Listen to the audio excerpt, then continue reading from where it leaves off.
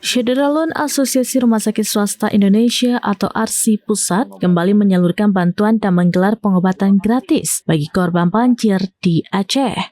Kegiatan ini merupakan kali ketiga dilakukan oleh ARSI Pusat bersama ARSI Purwasukasi, ARSI Aceh, ID Kabupaten Bekasi, dan Apindo Kabupaten Kerawang.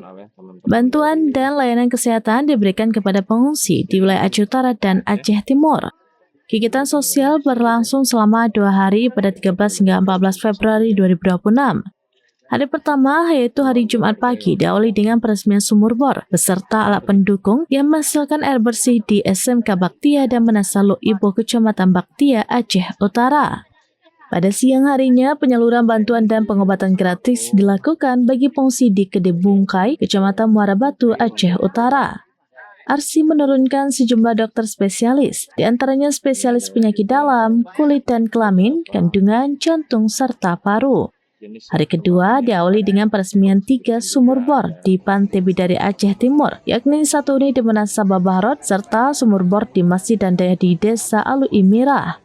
Pengobatan gratis dan penyaluran bantuan juga dilakukan di desa tersebut. Sejak bencana banjir melanda Sumatera, ARSI telah aktif menyalurkan bantuan dan menggelar bakti sosial di Aceh, Sumatera Utara, dan Sumatera Barat. Di Aceh, aksi ini merupakan kali ketiga.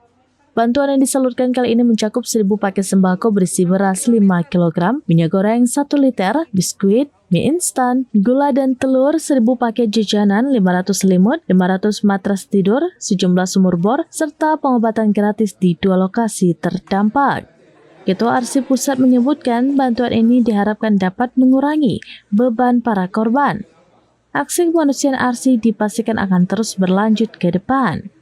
Sementara itu, Ketua ARSI Aceh menyatakan ARSI telah beberapa kali menyalurkan bantuan dan menggelar bakti sosial untuk korban banjir Aceh.